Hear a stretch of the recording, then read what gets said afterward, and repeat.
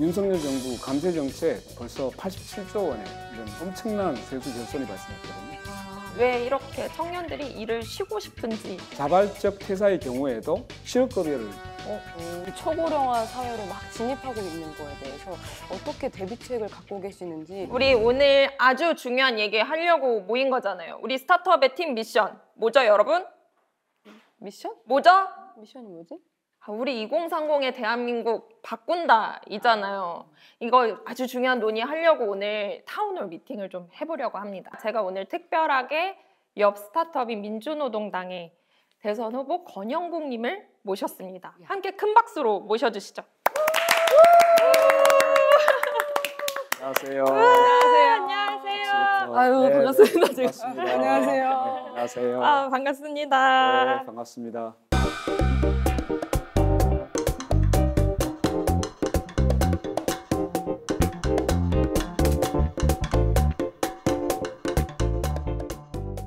후보님 자기소개 한번 부탁드립니다.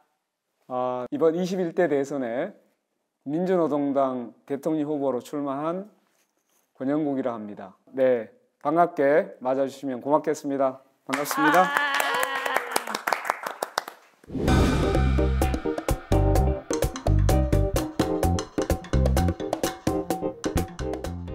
근데요, 후보님. 네. 저희 다 닉네임 쓰는데 음, 혹시 닉네임 생각해 보셨어요? 제가 학교 다닐 때 친구들이 불러줬던 닉네임이 하나가 있었어요. 오, 잉글랜드 권?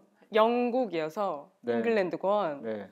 너무 괜찮다. 나 너무 좋네요. 자, 우리 사실 이 리포트 저희가 미리 드렸는데 보셨죠? 네. 2030 표심의 정석, 유닉, 뉴에이즈, 어피티가 7,000명의 응답자분들의 답변을 모았고요. 네. 2030년을 더 나은 미래로 만들기 위해서 2030에게 지금 필요한 정책들이 뭔지를 네. 저희가 자세하게 들어왔습니다. 이 리포트 읽고 어떠셨는지 한 줄 평하신다면요? 우리 당이 정책을 참 잘 만들었구나. 오. 왜냐하면 그 설문조사 내용이 네. 굉장히 비슷했어요. 그래서 한편으로는 되게 좀 우리 청년들의 삶이 되게 팍팍하구나, 너무 힘들구나 이런 안타까움이 또 묻어나서 네, 좀 마음이 약간 가라앉았죠.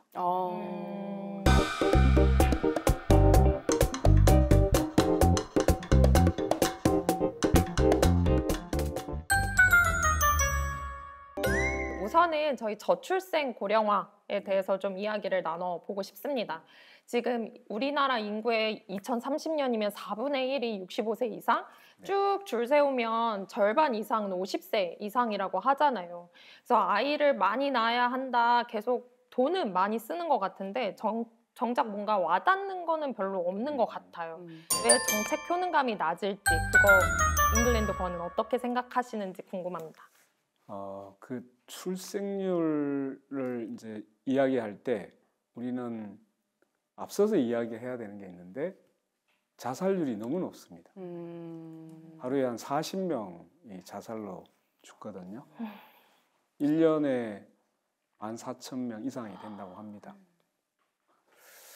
보통 이제 뭐 후보들이나 아니면 정당에서 이야기할 때 아이를 낳으면 뭘 해주겠다 이런 표현을 많이 쓰잖아요. 그렇죠.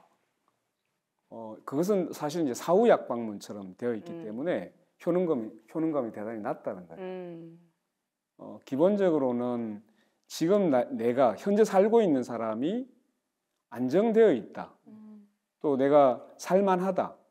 이런 이제 환경을 만들어 줘야 되잖아요. 그래서 이제 저희들은 1호 공약 중에 이 노동에 있어서 이런 불안정을 해소할, 불평등을 해소할 그런 이제 정책을 1호 공약으로 내고 있다라는 말씀을 드리겠습니다. 네. 그래서 우리 2030 표심의 정석에 사실 자세한 내용들이 있는데 아까 말씀하신 내용하고 많이 맞닿아 있어요. 보통은 출산율을 높이고 이런 출산 장려하겠다고 하면은 지원 수당, 뭐 돌봄 지원 이런 것들이 많이 언급이 되고 있잖아요. 근데 우리 이제 2030 표심의 정석 결과를 보면 일자리를 안정적으로 유연화하는 게 중요하다고 해요. 네. 일자리를 안정 유연화하겠다는 것은 이제 내가 스스로가 일을 할 수 있는 의지를 가지고 열심히 일을 했을 때 일자리가 보장되고 있다고 하는 것을 이제 책임 있게 그렇게 이제 보장이 돼야 되는 거잖아요. 이게 하나가 있고 또 하나는 이제 임신을 했거나 출산을 했을 때 육아까지 가야 되잖아요. 여기서 이제 일자리에 자기의 그 출산이나 육아로 인해서 불이익을 받지 않는 것 하나. 그리고 두 번째는 육아를 할 수 있어야 되기 때문에 노동시간 단축. 그리고 또 하나는 힘든 일에서 좀 더 가벼운 일로. 이런 부분들이 보장이 돼 줘야 되거든요. 내가 정말 필요하면 오전 동안 일을 하고 오후에는 육아를 할 수 있도록 자기 선택이 가능할 수 있는 이런 조건들이 만들어져야 실제로 이제 그것을 고용의 안정 유연화 이렇게 표현하는 것이 맞지 않을까 생각하고 있습니다. 네네. 근데요, 지금 이렇게 육아를 편하게 하고 일이 조금 더 자유로워지고 해서 얘기를 많이 나눈다고 쳐도 네. 그 아가들이 자라서 이제 국민연금 내려면 20년이 걸리는데 네네. 당장 이제 약간 세금 걷는 게 부족한 문제부터 이 초고령화 사회로 막 진입하고 있는 거에 대해서 어떻게 대비책을 갖고 계시는지 잉글랜드권의 생각이 궁금합니다. 초고령화 사회로 가는 것은 지금 이제 추세대로 가면 피할 수 없는 우리의 현실인 거죠. 네. 그래서 이제 우리는 보통 자꾸만 인구를 늘리자라고 하는데 그것은 답이 아니잖아요. 그러니까 이제 현재 조건을 가지고 이야기를 할 필요가 있겠죠. 그래서 이제 제가 몇 가지 말씀을 좀 드립니다. 결국은 국가가 적극적인 역할을 해야 됩니다. 지금은 각자 도생이라고 하는 개인에게 책임을 맡겨두면 해결 방법이 없는 거예요. 그래서 이제 국가가 주도적인 정책을 통해서 이 문제를 풀어야 되는데 그래서 이제 첫째, 국가의 재정 지출을 늘려가야 되는 거죠. 그래서 증세를 통해서 여러 가지 이제 복지제도 그리고 연금에 대해서 이 연금으로 모든 걸 다 해결할 수는 없는 거겠죠. 물론 이제 일정한 자기 이제 노후 보장을 해야 되는데 다른 여러 가지 이제 건강, 의료, 문화 여러 가지 걸쳐져 있잖아요. 이런 부분은 국가가 그 증세를 통해서 그 재원을 가지고 국민들이 이제 혜택을 누릴 수 있도록 하는 것. 이게 이제 첫 번째라고 보고 두 번째는 노인 사회가 됐을 때 제일 문제가 되는 게 스스로를 돌볼 수 없는 나이가 되는 거예요. 그쵸. 그래서 돌봄 사회를 이제 만들어야 됩니다. 그러니까 이것을 이제 가족들이 돌보게 하는 것은 이미 예전 이제 대가족 시대나 가능했던 거고 특히나 이제 1인 가구들이 굉장히 많아지고 있잖아요. 노인들 같은 경우에 특히 또 이런 게 심해지기 때문에 이제 우리가 기초 지방자치단체라고 하는 읍면동, 시군구 이런 데가 이제는 기능의 중심이 돌봄으로 가야 된다는 거예요. 그래서 이런 기초 지방자치단체가 실제로는 그 기능의 핵심이 이제는 돌봄을 중심에 두고 공무원도 돌봄 그 담당 공무원을 개인에게 지정해 주는 방식 이런 걸로 가야 된다는 거예요. 괜찮아요? 너무 신기해요. 그러니까 우리가 이제 주치의라는 개념이 있잖아요. 네. 마찬가지입니다.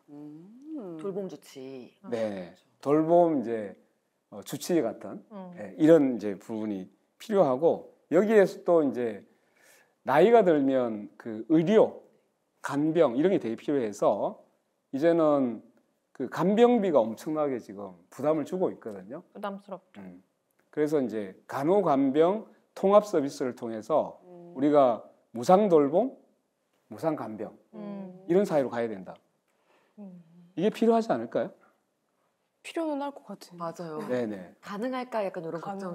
그래서 이제 가능합니다. 왜냐하면 저 윤석열 정부 감세 정책 원상 회복 시키고 작년 2023년, 23년 두 해 만에 벌써 87조 원의 이런 엄청난 세수 결손이 발생했거든요. 그러니까 이런 것들을 이제 원상 회복시키고 일정한 목적세를 가지고 정세를 좀 필요한 거죠. 그다음에 이제 마지막으로 보면 지역의 정주를 할 수 있는 여건을 좀 잘 만들어줘야 돼요. 그러니까 문화, 의료, 그죠? 아까 말씀드렸듯이 이제 이런 부분들을 만드는데 특히 이제 지역에 일정한 또 일자리가 만들어져야 되잖아요. 그럼 지역 일자리를 만들기 위해서는 지역에 뭔가 투자할 수 있어야 되거든. 그래서 이제 요즘 그 이야기 중에 지역 공공은행을 설립을 하자. 그러니까 이제 지역의 상인들한테, 지역에 기업을 하시는 분한테 필요할 때 투자도 하고 이런 이제 뭔가 선순환 구조가 될 수 있도록 지역에서 이런 이제 구조를 만들어 주자. 여기까지이고 아까 말씀드렸듯이 이제 그럼에도 불구하고 여전히 이제 노동력이 제대로 채워지지 않는다. 그러면 가장 이제 우리가 인간의 존엄성을 원칙으로 하되 이민을 필요한 부분으로 함께 살아갈 수 있는 그렇게 이제 사회로 가는 것이 필요하지 않느냐라고 생각이 듭니다. 네. 잉글랜드권이 저출생 고령화에 대한 민주노동당의 전략에 대해서 한 줄 요약해 주신다면? 딱 한마디로 이렇게 얘기할 수 있을 것 같아요. 지금 살고 있는 사람들이 행복할 수 있도록 사회 안전망을 국가가 튼튼히 한다. 그것을 한번 정리를. 그건 됩니다. 네. 첫 번째 질문이었는데 6개가 다 꿰었어요. 그러게요. 현생이 행복할 수 있도록 국가가 책임지는 튼튼한 사회 안전망. 네. 자, 이제 저희가 아까 잉글랜드권이 가장 중요하다고 생각했던 키워드 일자리. 일자리를 이야기를 해보려고 하거든요. 근데 지금 쉬었음 청년이 75만 명이라고 하잖아요. 왜 이렇게 청년들이 일을 쉬고 싶은지에 대한 진단도 중요하고 어떻게 접근할 건지에 대한 솔루션도 굉장히 중요할 것 같은데 잉글랜드권은 이걸 어떻게 생각하시는지 궁금합니다. 몇 가지 우리 정책들을 한번 말씀을 드려보겠습니다. 공감이 되면 한번 박수를 쳐줘도 공감이 안 되면 안 쳐도 되나요? 아닙니다. 쳐도 됩니다. 벌써부터 치고 있습니다. 지금 이제 쉬게 되면 이건 실업 상태가 되잖아요. 어떤 그 자기가 자발적으로 퇴사를 하게 되면 실업 급여를 못 받아. 그러니까 뭐 회사가 어려워서 회사의 사정으로 나와야 그래야 이제 실업 급여를 받게 되잖아요. 그렇죠. 그런데 아까 말씀드렸듯이 처우가 나쁘기도 하고 또 나하고 잘 안 맞아. 그러면 이제 계속 거기에서 일을 하면 미래가 잘 안 보이잖아요. 그러니까 나올 수밖에 없죠. 자, 이럴 때 자발적 퇴사의 경우에도 실업급여를 영원히 보장할 수는 없지만 칠까 말까? 3개월 정도? 근데 뭐 자영업자나 뭐 아니면 대표이거나 이러면은 어떻게 주나요? 같이 주나요? 자기가 노동자이면서도 임금을 받지 못하는 노동자가 너무 많아졌어요. 아마 여러분들 프리랜서 얘기는 너무 잘 알 거고. 그렇죠. 그리고 플랫폼 노동자라고 해서 이 휴대폰 가지고 연결해서 일을 하시는 분들 너무 많아졌고. 또 이제 아마 특수고용 노동자라고 해서 화물 지입 차주, 빨간펜, 학습지 교사 이런 분 많아졌잖아요. 우리는 자기의 노동력을 제공해서 그 대가로 생활하는 많은 사람들은 일단 다 노동자로 봐야 된다. 그리고 이런 분들한테는 최소한 4대 보험은 무조건 가입하도록 해야 된다. 그렇게 해서 사회 안전망을 튼튼히 해주는 게 진짜 필요하다. 4대 보험의 사각지대를 계속해서 없애나가야겠네요. 맞습니다. 예전에 이제 회사나 그 어떤 건물 안에서만 일을 하는 사람들이 보통 이제 근로자라는 표현을 썼잖아요. 저는 이제 근로자라는 표현이 싫어서 노동자라고 표현을 쓰고 있는데 그러면 그 건물 안에서 또는 공장 내에서만 일하는 사람을 노동자로 볼 수 없어요. 또 심지어 이제 작가들도 재택근무를 하잖아요. 그렇죠. 자, 이런 경우에 그러면 이런 분들이 정말 사장인가? 그 일거리를 따서 일을 해야 되잖아요.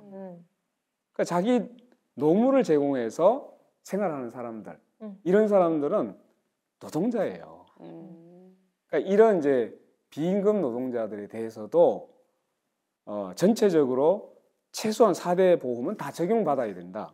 이렇게 가야 우리 사회가 대단히 안전해져요. 그래서 우리 2030 표심의 정석 음. 이 설문에서도 말씀하신 내용이 정말 정확하게 나왔었어요. 우리가 이제 여러 가지 일의 형태가 생겼기 때문에 어떤 일을 하든 어떤 형태로 하든 뭐 언제 출근해서 퇴근을 하든 간에 네. 제도적으로 좀 유연하고 안전한 환경을 우리 2030들이 원한다라는 응답들이 나왔는데 또 성장 가능성에 대한 기대들도 있고요. 아, 네. 민주노동당은 사회 안전망 그리고 생산성을 향상하는 쪽의 정책들은 어떻게 준비하고 있는지도 궁금합니다. 지금도 이제 내일 배움 카드라고 하는 게 있어요. 있죠. 있어요. 내일 배움 카드. 예, 예. 청년들한테 이제 그런데 그게 되게 한정적이래요.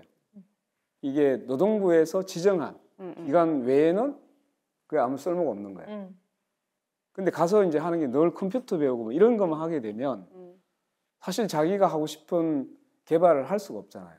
그래서 이제 이것을 자기 개발 계좌로 바꾸어서 노동부나 국가가 정부가 지정하지 않는 다 하더라도 내가 필요한 데 가서 교육을 받을 수 있도록 하는 제도로 바꿔야 된다. 결국에는 자기가 원하는 것을 선택해서 할 수 있게끔 지원을 해주자. 네네. 자기 개발 계좌를 만들어주자는 거죠. 그렇게 제도를 바꾸자. 네. 만들고 싶어요. 이럴 때 박수를 주는데, 그죠? 당장 개설해. 네. 그리고 이제 그 공공기관에서의 이제 일자리, 공공기관 일자리요. 청년 일자리를 지금 할당을 하고 있어요. 네. 3%. 근데 이걸 높여가자.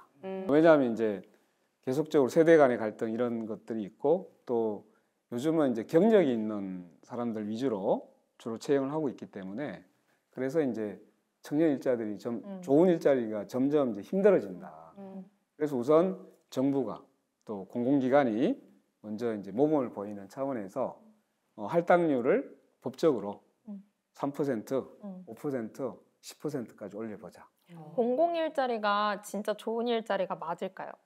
그래도 이제 여러 그 출자 기관이 정부이기 때문에 정부가 감독을 할 수가 있어요. 그래서 의지만 가진다면 충분히 노동권이 제대로 보호되고 있는지 또는 처우가 정말로 행복한 그런 아니면 일하기 좋은 환경을 만들고 있는지 이것은 감독을 무엇보다도 잘할 수 있어요. 그래서 일단 우리 사회적으로 모범적인 일자리를 확대해 나가는 것.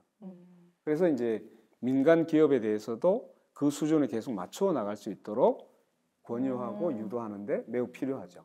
공공 일자리를 확대하면서 그 기준도 같이 좋은 일자리로서 높여서 네. 인간이 따라오게 만들자라는 네, 맞습니다. 거죠. 근데요, 그게 공공 일자리를 잘 만든다고 해서 지금 사기업이 훨씬 많은 상황에서 아, 네. 그 기업들이 이제 따라와야 되는 건데 그거에 대해서는 어떻게 생각하세요? 그러니까 아까 이제 적어도 공기업 뭐 이런 공공 부분에서 우리 그 노동권을 잘 지킬 수 있도록 그리고 처우를 항상 이제 사람 중심으로 할 수 있도록 한다. 이런 이제 모범들을 보여주는 거 필요하고 두 번째는 제가 볼 때는 물론 이제 노사가 잘 협력을 해야 되겠지만 결국은 노사는 이해관계가 서로 경우에 따른 갈라지기도 하고 대립되거든요. 그렇죠. 네. 그럴 때 이제 노동조합이 이때 역할이 되게 중요해져요. 그래서 우리나라는 노동조합을 굉장히 부정적으로 바라보는 시각이잖아요. 그런데 우리 사회가 발전하려면 이제 이런 이해관계가 대립되는 데 있어서 일정한 권리를 보장해서 대등한 파트너로 서로 협력하게 할 수 있는 것이 그 문화를 바꾸는 데 있어서 가장 좋은 방안이에요. 일자리에 대한 민주노동당의 미래 전략 한 줄로 요약해 주신다면요? 인간의 존엄성을 지키는 일자리 그리고 아까 말씀드렸듯이 일하는 모든 국민들이 최저선을 지킬 수 있도록 하는 일자리 보장제 필요하다. 네. 그렇다면 한번 적어볼까요? 네, 적어주시죠. 네. 색깔을 바꿔도 되겠죠? 네, 좋아요. 네, 잉글랜드 건의 일자리 정리해 주셨는데 한번 또 읽어봐 주시죠. 인간의 존엄성을 지키는 일자리. 일하는 모든 사람을 포괄하여 권리 보장. 짱. 야. 자, 우리 이제 세 번째 키워드로 넘어가 보려고 하는데요. 바로 지방 소멸이에요. 근데 일자리가 좋은 일자리가 다 거의 수도권에 있다 보니까 다 올라오게 되잖아요. 그러면 지자체, 우리 기초자치단체에서 거의 89곳인 39%가 소멸 위험 지역으로 2030년에는 구분된다고 하는데요. 이런 지방 소멸을 어떻게 예방할 것인지에 대한 전략을 잉글랜드 건과 민주노동당의 미래 전략을 이야기해 주시면 좋겠습니다. 요즘 이제 그 5대 권역별로 뭐 메가시티를 만들자 이런 이제 공약들이 막 나오고 있어요. 수도권에 집중되어 있는 것을 5개 권역으로 일단 뭐 분산하자 이런 취지를 갖고 있는데 그게 과연 대안이 될 수 있을지는 좀 의문이 많습니다. 왜냐하면 5대 권역을 묶더라도 또 거기에 중심 도시가 있을 거잖아요. 그쵸? 그럼 또 주변부가 만들어지는 거죠. 그럼 그 사이에 차이나 괴리가 또 발생하게 되겠죠. 지금까지는 보면 그 이런 지역 소멸에 대한 대안들이 서울에 있는 뭔가 공기업이나 뭔가 기관들을 지방에 보내는 방식으로 분산을 시켜왔던 건데 잘 성공이 안 되고 있어요. 왜냐하면 지역의 어떤 관계나 인프라가 이렇게 서로 연결이 잘 안 돼. 그게 외생적 발전론이라고 하거든요. 외부에서 뭔가를 지방에다가 설치해야 한다. 그렇게 해서 이제 발전을 하려고 했는데 이것이 실패하고 있어요. 그래서 내생적 발전으로 가야 된다. 그러니까 이제 지역에 있는 자원을 가지고 부를 창출하고 이걸 소비하고 재투자하는. 그러니까 이제 지역 순환 방식의 발전으로 가야 실제로 그 지역의 자율권도 살아나고 지역의 특징에 맞는 지역의 발전이 가능해진다. 지속 가능성이 있다. 이렇게 판단한 거예요. 어떠세요?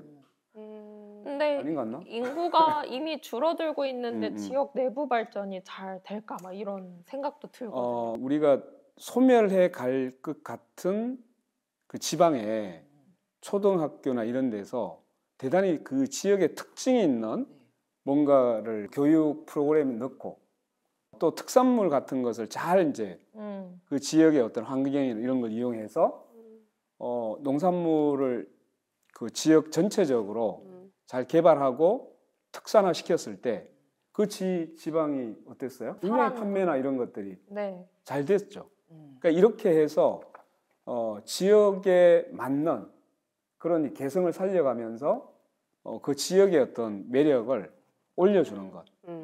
이렇게 가야만 그 지역이 실제로 내생적인 발전이 가능할 것이다. 사실 우리 2030 표심의 정석에서도 굉장히 유사한 얘기가 많이 나왔었어요. 보통은 지방에서 일을 하게끔 만들려고 일자리질을 높인다거나 아니면은 임금을 좀 더 높여야 된다. 지역의 일자리의 임금을 높여야 된다. 이런 식의 얘기들이 많이 나오는데 실제로 우리 2030 응답자분들이 많이 얘기한 건 지역 의료나 문화 그리고 교통 이런 인프라가 확충돼야 그래서 지역에서 생활을 할 수 있어야 가서 정책까지 한다는 거예요. 맞아요. 이런 얘기가 가장 응답이 많았는데 이 내용에 대해서는 어떻게 생각하세요? 그러니까 이제 지역에 살 수 있는 그 인프라라고 하는 그 조건, 생활 조건이 갖춰져야만 거기에 살죠. 그렇죠. 그래서 이제 아까 말씀드렸듯이 그 인프라를 어떻게 만들 거냐.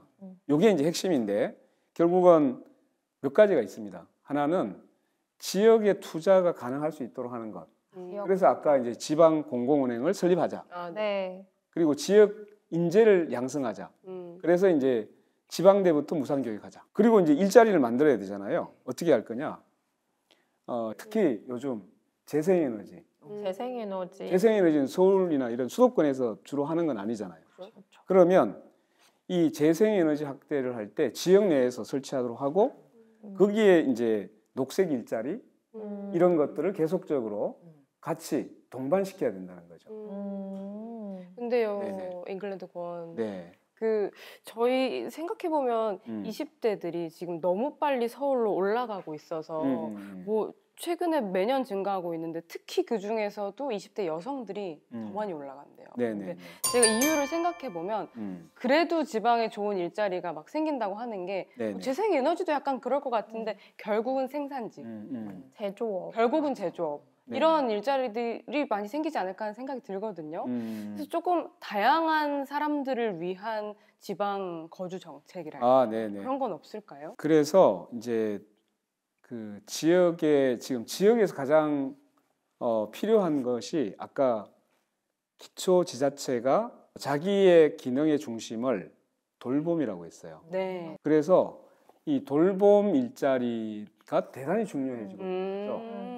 그래서 지역별로 돌봄 일자리를 확충해야 되는. 돌봄 일자리가 사회적 노동으로서의 정말 정당한 대우를 받고 처우를 받게 되면 돌봄 일자리를 정말 많이 늘릴 수 있는데 지역에 그건 우리가 사회적 일자리를 늘리는 데 있어서 매우 중요하다. 또 하나는 아까 말씀하셨듯이 지역의 재생에너지를 이제 우리가 정말로 빨리 전환시켜 가야 돼요. 탄소 문제가 심각하잖아요. 맞아요. 그래서 지역의 재생에너지와 녹색 산업이라고 하는 것을 정말로 열심히 전환시켜 가면서 그 지역에 맞는 녹색 일자리를 지금 빨리 전환하고 여기에 대한 투자를 해야 되는 거죠. 예. 그러면 여기에 대한 인재를 어떻게 할 거냐? 아까 말씀드렸듯이 지방대학 거기에 맞는 인재를 해가지고 무상교육으로 해서 하자. 한다. 잉글랜드건이 이야기하신 거는 지금 기후위기도 문제고 그 네. 인구절벽에서 발생하는 돌봄도 문제니까 이걸 지방에서부터 지역 안에서 공공투자를 하고 인재를 키우고 일자리를 새롭게 만들어서 지역에서도 일을 하고 인프라를 구축하면서 살아갈 수 있으면서도 기후위기와 돌봄 문제도 같이 해결을 해보자. 맞습니다. 아, 네. 그래서 이제 그걸 내생적 발전이다. 이제 그거 하나는 더 있어야 되겠죠.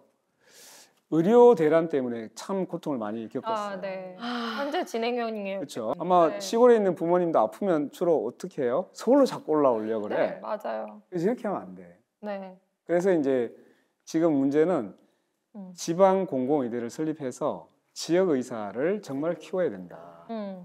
그죠? 주요 지역에 한 70개 정도는 이런 상당히 병상 500인 이상의 그 공공병원이 70개 거점 정도는 있어야 된다라는 70개 것이 정도. 네, 전국적으로 네. 이렇게 분포가 돼야 된다는 주장을 보건의료 노조에서도 하고 있고 저희들도 같은 주장을 하고 있죠. 그래서 이번에도 이 지방소멸이라는 주제로 미래전략 한번 한 줄 평을 해야 될 것 같은데요. 지방소멸에 대한 민주노동당의 미래전략 한번 말씀해 주신다면요.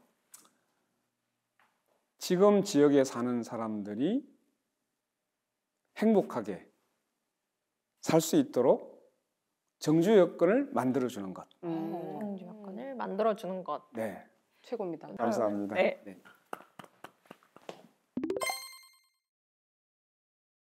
네, 저희가 이제 드디어 3가지를 하고 이제 4번째 키워드 주거를 이야기를 해보려고 해요. 네. 네, 사실 지금 서울에서 계속 살다 보니까 주거 비용이 계속 비싸져요. 너무 그리고 비싸. 너무 비싼 데다가 요즘은 또 되게 불안하잖아요. 2030 네네네. 세대가 전세 사기 피해 70%가 이제 다 2030 세대이고 네네, 맞습니다. 저도 전세 사기 피해자거든요. 어머.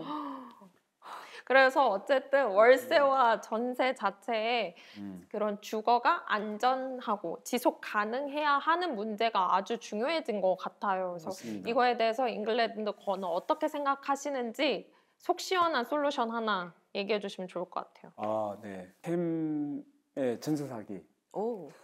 저를 찾아왔으면 왜 안 찾아갔어요? 제가 변호사 몰랐어요. 일하잖아요. 아마 전세 사기가 발생했을 때 전세 사기 그 피해자 지원 법률안을 제일 먼저 발의했던 정당이 어디였을까요? 혹시 설마? 혹시 민주노동? 정의당이었죠. 정의당. 전세 사기 피해자들이 국회를 찾아갔는데 다른 정당은 다 외면했어요. 그때 정의당이 지금은 이제 민주노동당. 네. 이 전세 사기 피해자들하고 정말로 이게 꼭 해결해야 될 문제다라고 해서 피해자 지원법을 발의를 했고 그것이 지금 통과됐어요. 물론 이제 통과돼서 계속 몇 번 개정을 하고 있는데 여전히 이제 선구제를 하지 않는 부분에 부족함이 있긴 하지만 네. 실제로 이제 그걸 만들었다라는 말씀. 선구제가 뭔가요? 원래 이제 피해가 발생하면 국가가 그 보증금 피해를 받잖아요. 네. 그러면 이제 국가가 지급을 하는 거죠. 국가가 내 대신에 이제 문제를 해결해 주는 문제를 해결해 거죠. 주는 거죠. 그렇죠. 먼저 주고 음. 국가가 이제 공권력이 있으니까 음. 개인이 임대인을 상대로 해서 이 보증금을 찾거나 피해를 회복하기는 굉장히 어렵잖아요. 오래 시간도 걸려요. 오래 걸려요. 오래 걸리기도 하고 이사 또 가요. 변호사를 선임을 해야 돼. 그럼 또 비용도 변호사 들고. 비용도 많이 들어. 맞아요. 맞아요. 그럼 피해를 보상을 하고 선구제하고 먼저 하고 자기가 이제 채권자가 되는 거예요 그때는. 그래서 이제 임대인에게 구상권을 행사하자 이렇게 가는 것을 계속적으로 주장했는데 아직 그 지원법에는 이게 담기지 않았어요. 네네. 거기까지 갈 수 있도록 우리는 최선을 노력을 해서 계속 주장할 겁니다. 근데요, 네. 잉글랜드권 아, 전세가 이제 그래도 계속 불안하니까 사실 제주도변에는 월세 사는 친구들도 많이 있거든요. 많아졌어요. 맞아요. 지금 진짜. 제가 듣기로는 한국개발연구원 조사에 따르면 2030년이 되면 네. 무려 70% 이상이 음. 월세에서 살 거라고 예측을 하더라고요. 네네. 그래서 이게 뭐 사실 전세 정책보다 월세 정책이 되게 적으니까 뭐 이대로면은 어떤 식으로 살아가야 할지 청년 세대가 되게 막막한데 네. 월세 네네네. 너무 비싸잖아요. 월세 맞아. 점점 비싸질 것 같고 혹시 이런 거에 대한 대책이 있으신가요? 당연히 있죠. 당연히. 네네.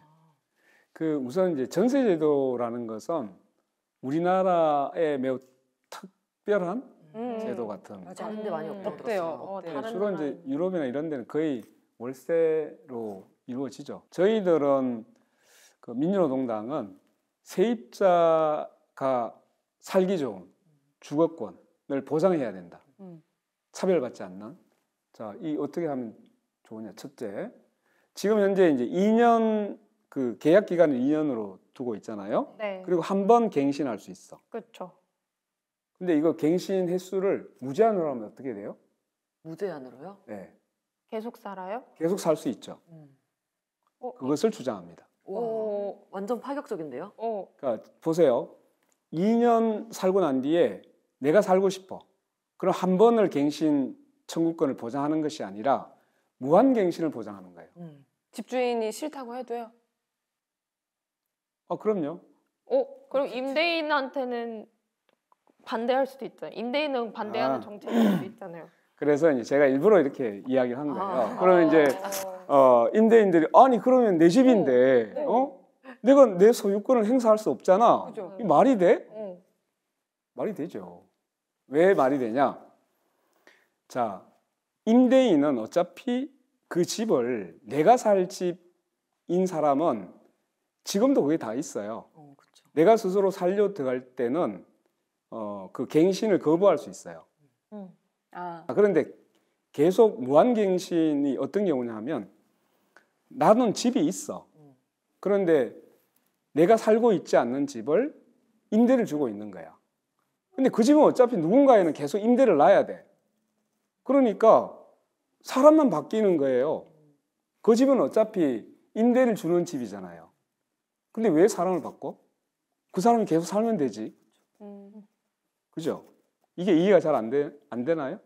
임대를 올리고 싶으니까. 그렇죠. 그렇죠. 그러니까 사람을 이제 그 계약이 끝나고 난 뒤에 자꾸 사람을 바꾸려고 하는 이유는 임대료를 올리기 위해서 바꾸는 거예요. 그렇죠. 그러니까 사람만 바뀔 뿐이에요. 자기가 들어가 살지 않으면서 결국 임대를 주는 주택이잖아요. 그러면 사람이 바꾸지 않더라도 그 사람이 계속 살 수 있도록 하면 그게 임차인, 세입자에게는 가장 좋죠. 네. 이걸 이제 계속 거주권이라고 합니다. 주거권, 계속 주거권 계속 주거권. 하는데 자 이렇게 하면 아니 그런 제도가 어디 있어? 유럽에 가면 많이 있습니다.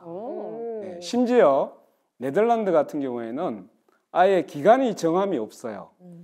그냥 자기가 임대차 계약을 할 때 무기한 되는 거예요. 서로 잘만 하면 임대인하고 임차인하고 평생 갈 수도 있겠네요. 그럼요. 네. 약간 평생. 영혼의 동반자 forever. 같은 그런 느낌.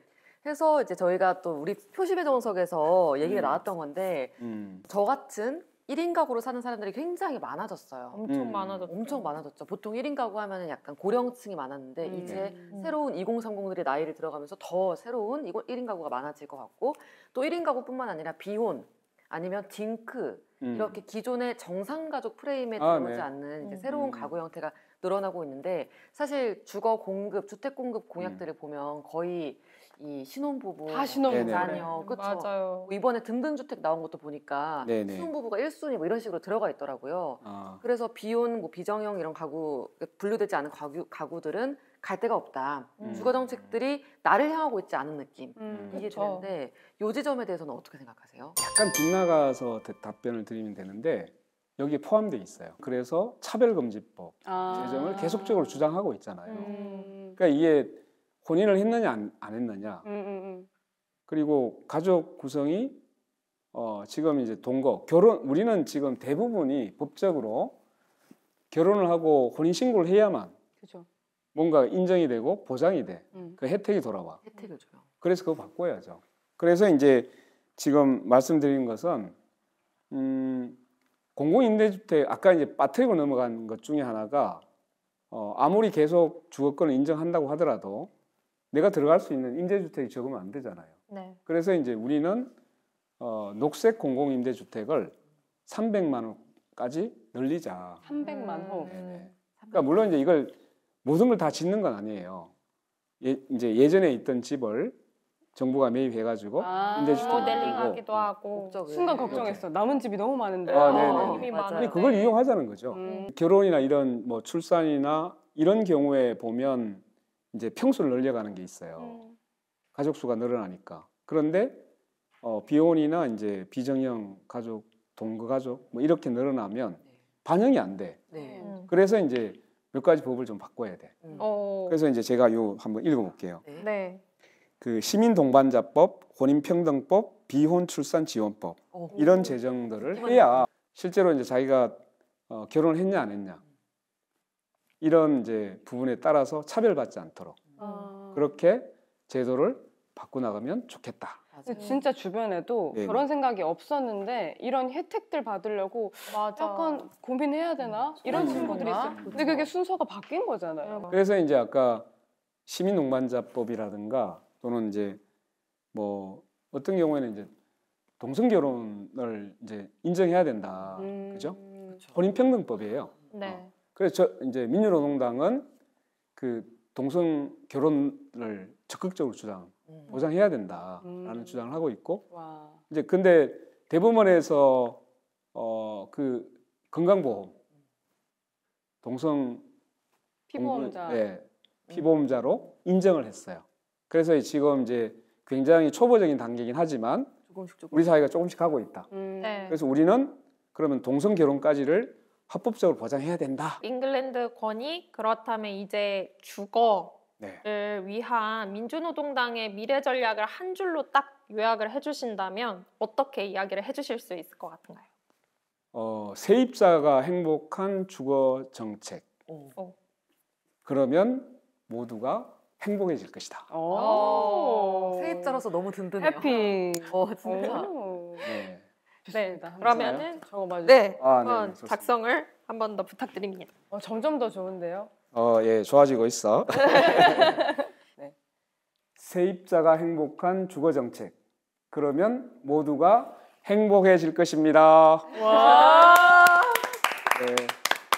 너무 좋네요. 행복해져라. 네. 행복해. 네, 다음은 저희 국민연금에 대해서 이야기를 해보려고 하는데요. 네네. 지금 2030년이 되면 제일 걱정되는 게 국민연금인데요. 네. 인구 구조도 바뀌었고 경제 성장률도 낮아지고 있고 사실 0%대로 지금 진입한 상황에서 노동 모델도 아까 얘기하신 것처럼 다 정년이 보장되어 있는 일을 하고 있지 않잖아요. 네네. 그래서 2000년대생은 사실상 보험료를 거의 35%를 계속 내야 된다는 거예요. 그러면은 이거 지금 당장 풀어야지 2030년 가서 풀 문제인가 이런 생각 들거든요.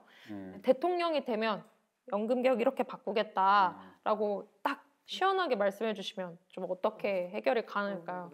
그 이제 자기 소득의 35%를 국민연금 보험료로 내야 된다. 이건 과장된 것이다. 그런가요?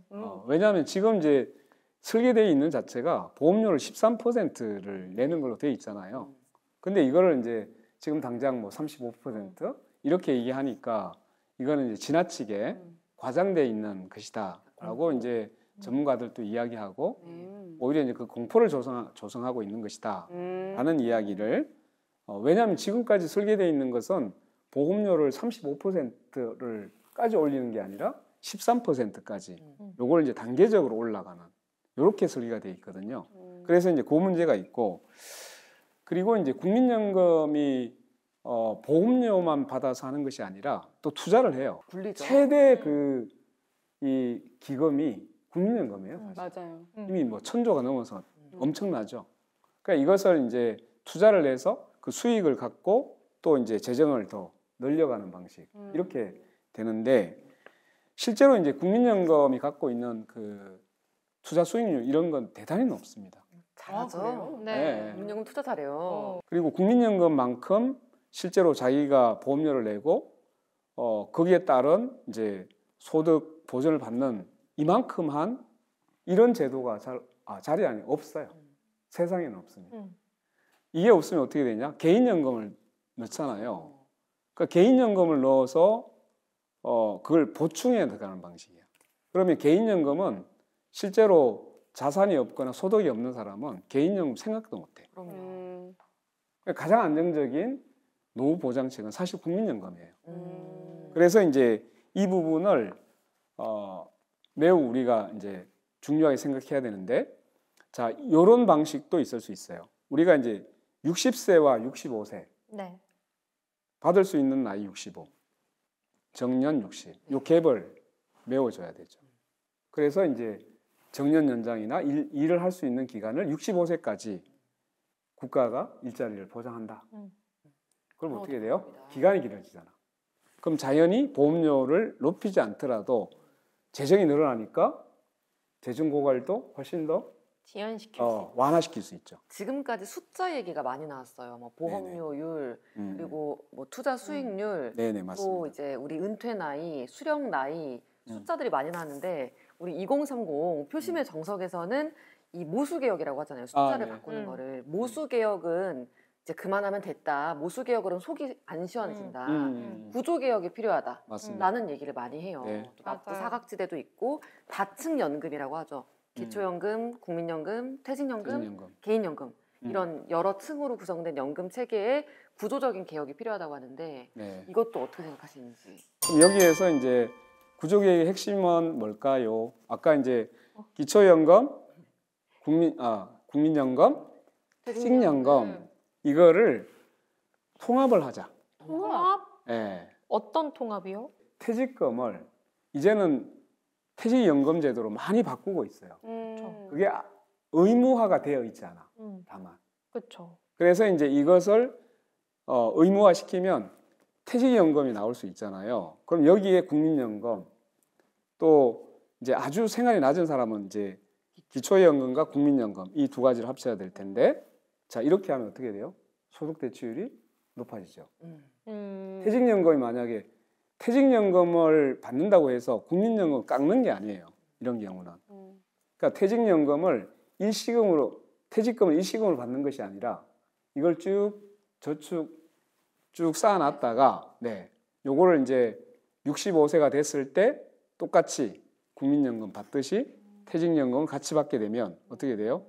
소득 보전이 확 높아지죠. 그러니까 보험료를 높이지 않더라도 또 국민연금의 소득 대체율을 많이 높이지 않더라도 퇴직연금 들어오잖아. 네네.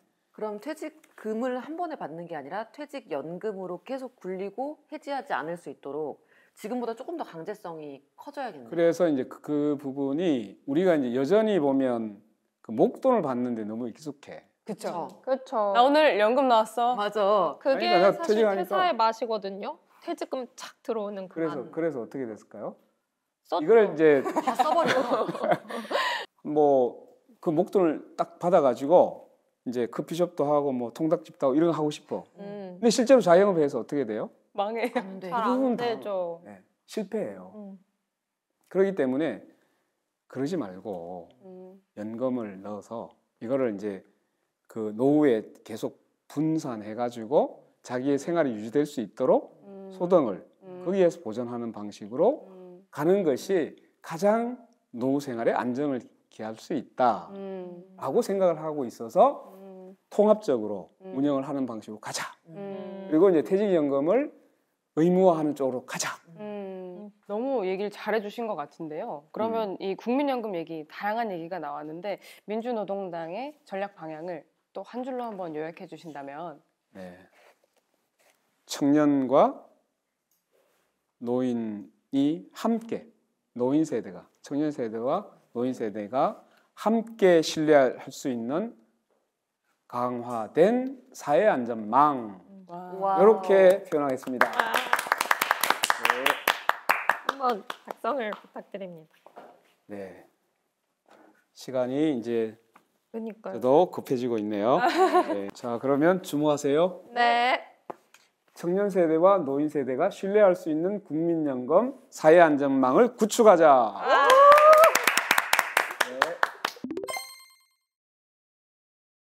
이제 진짜 마지막 저희 아젠다인데 바로 기후 위기입니다. 네. 사실 2030년 하면 제일 큰 두려움이 기후 문제인 것 같아요. 네. 벌써 4도씨가 오른다고 이야기를 하는데 이 예정되어 있는 온도 변화를 최소화하려면 사실 탄소 감축 이게 제일 중요한 핵심이잖아요. 네. 이것과 관련해서 어떻게 좀 할 수 있다고 생각하시는지. 지금 이제 기후 재난, 기후 위기를 넘어서 기후 재난이다.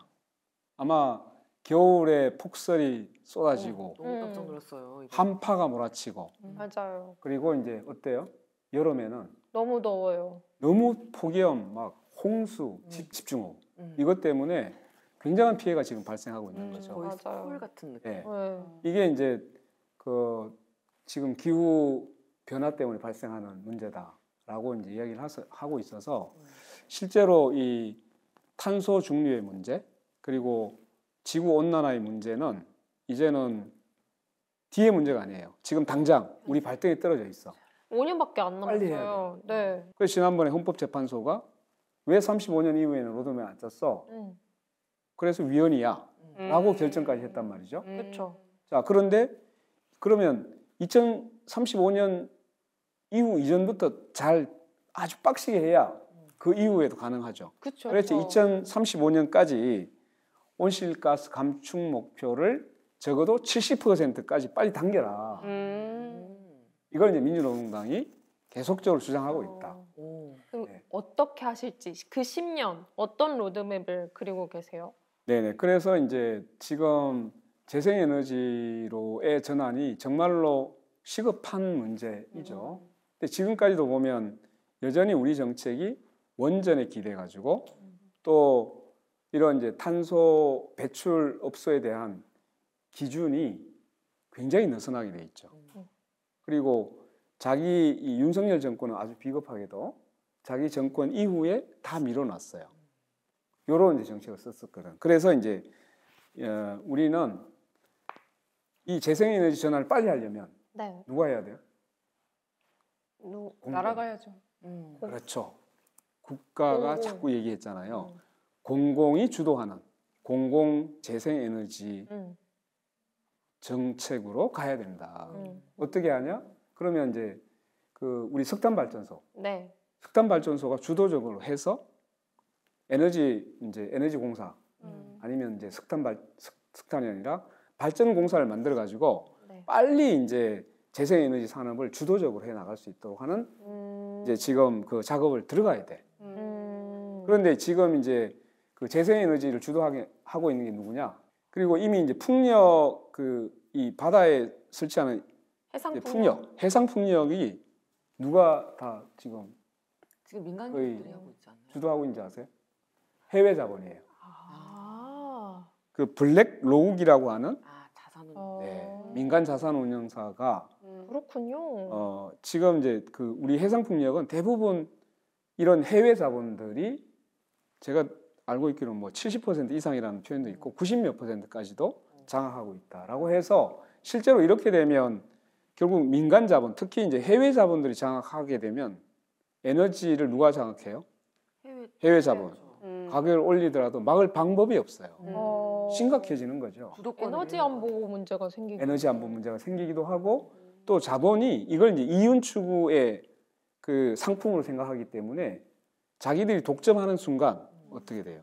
가격이 올라가죠. 높아질 수밖에 없고. 네, 이걸 규제를 지금 안 하면 그래서 이제 공공주도 재생에너지로 빨리 가야 된다라는 말씀을 명확하게 드리고 싶습니다. 네. 근데 또 이 기후 위기가 네. 말씀하신 것처럼 경제 찝어주세요.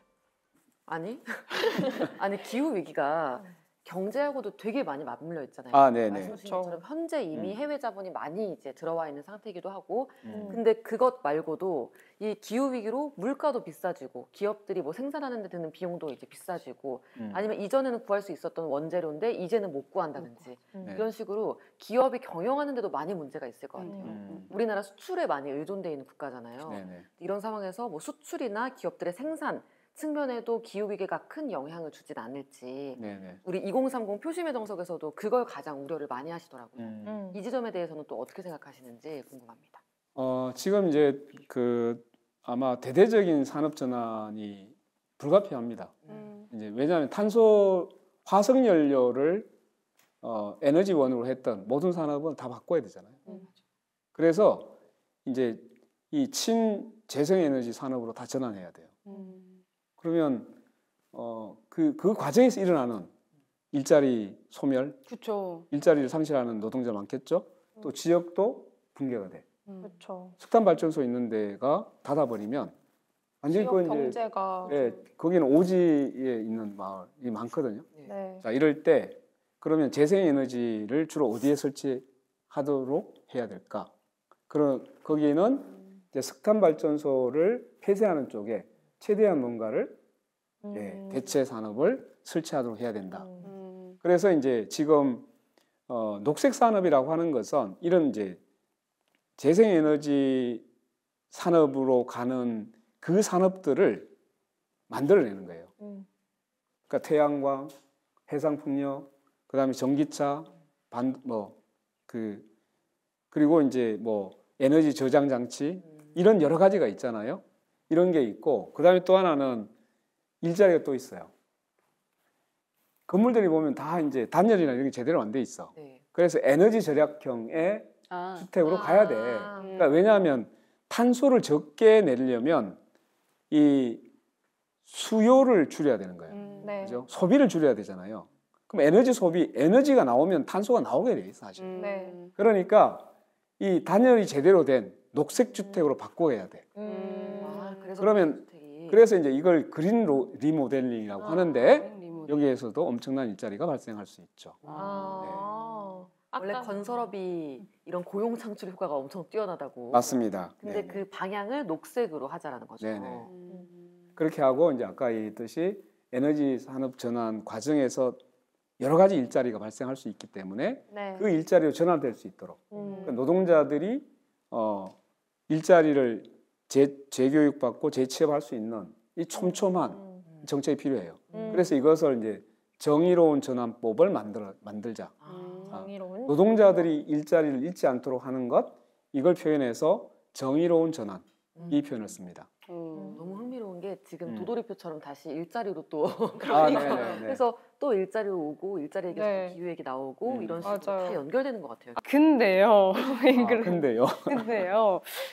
지금 밖에도 비가 오는데 이렇게 그 녹색 일자리로 전환시켜가는 것 외에도 당장 일어나는 산불, 당장 일어나는 폭우, 네네. 이 기후 재난들을 우리가 어떻게 헤쳐나갈지에 대해서도 대책이 필요해 보이거든요. 우리나라 이 대응체계나 인프라 약하다 이런 얘기를 뉴스로 너무 많이 들었어요. 맞아요. 네네. 저는 이 재난 문제에 대해서는 국가가 자꾸만 대통령이 뭐 내가 컨트롤 타워냐 아니냐 이런 논쟁을 할 게 아니고 명확하게 대통령이 이렇게 얘기하죠. 재난은 국가가 책임져. 대통령이 책임져. 이렇게 이야기해야죠. 그래서 든든한데요. 그 기후재난 안전 시스템 그리고 기후재난 안내 시스템을 정말로 현실에 맞도록 촘촘하게 다시 만들어야 된다. 이런 주장을 하고 싶고 예를 들어서 이런 거 보장해야 돼. 폭염이야. 근데 40도 올라가는데 네. 밖에 나가서 건설노동자 일을 하면 어떻게 돼요? 진짜 이거 큰일 나요. 큰일 나죠. 진짜 큰일 나요. 근데 알고 계시잖아요. 그 어디 코스트코인가? 거기 이제 청년이 그 환풍도 안 되는 지하 주차장에 거기서 뭐죠? 맞아. 카트를 그 계속 일을 하다가 거기서 맞아. 고온 진화로 사망했어요. 그러니까. 자, 이럴 때 어떻게 해야 돼요? 작업 중지권? 자금 중지권. 노동자들이 아. 사용자가 이거 잘 안 해죠. 안 해. 그럼 어떻게 해야 돼? 자기 몸은 자기 보호해야 되잖아요. 네. 그래서 노동자가 그런 위험에 노출됐을 때 스스로 작업을 중지할 수 있는 권리를 부여하는 것. 지금은 그런 권리가 없나요? 있는데 그냥 뭐 작업 중지할 수 있다는 정도로 돼 있어요. 그러니까 이걸 이제 행사하면 손해배상을 막 해. 일을 안 했다고 그래서 그러한 손해배상하지 못하도록 불이익을 주지 못하도록 해야 작업 중지권이 제대로 보장되는 거죠. 온전한. 네네. 온전한 작업 중지권을 쟁취해야 된다. 그렇죠. 그리고 이제 농촌 같은데 기후수당. 기후수당. 기후수당. 아, 날씨에 따라서 이제 재배 작물도 영향을 있고 받을 수밖에 홍수로 인해서 없으니까. 이제 완전히 농산물을 폐기해야 되는 폐기 상황들. 이런 게 있잖아요. 자, 이럴 때 기후 직불금, 기후 생태 직불금 이런 여러 가지 이제 우리가 보존할 수 있는 방안, 피해를 배상할 수 있는 방안 뭐 이런 것들 필요하다. 아, 네. 네. 기후 위기에 대해서도 미래 전략 결론을 내려주신다면요? 이거 잘해야 되는데. 자, 위기 앞에 각자 도생은 필면이다.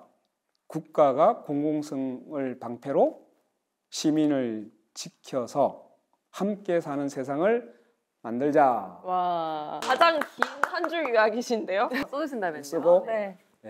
이제 마지막입니다. 아주 든든하게 잘 네. 채워졌어요. 봅시다. 위기 각자 동생은 각자 도생은 필멸. 필멸. 필멸이다.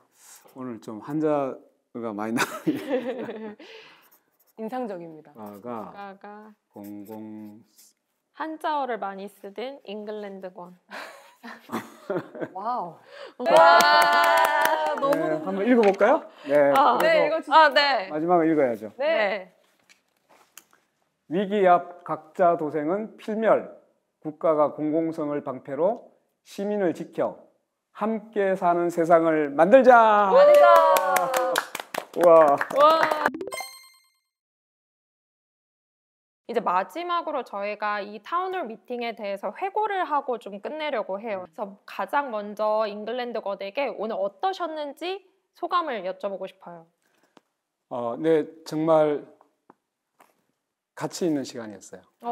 지금 우리가 세대별로 겪고 있는 그 차이점 이런 것도 느낄 수 있었고 특히 이제 2030 세대가 이번에 광장에서 주도 세력이었어요. 네.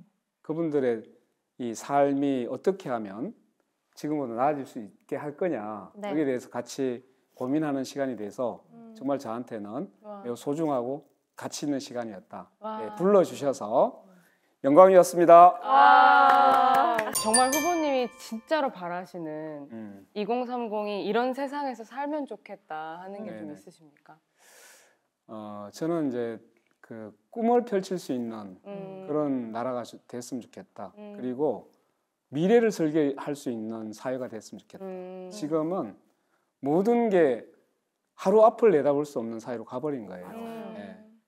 모든 게 다 불안정한 사회로 갔어요. 이게 맞아요. 결국은 자본주의 사회가 이런 일정한 국가 책임에 의해서 규제되고 이 사회 안전망이라든가 뭔가 미래에 대한 보장이 되지 않으면 극단적으로 그냥 각자 도생의 길로 갈 수밖에 없다. 네. 그래서 우리는 미래를 설계할 수 있는 우리 청년 세대가 그런 사회로 갈 수 있도록 저는 정치인으로서 최선을 다하겠다는 약속 드리겠습니다. 네.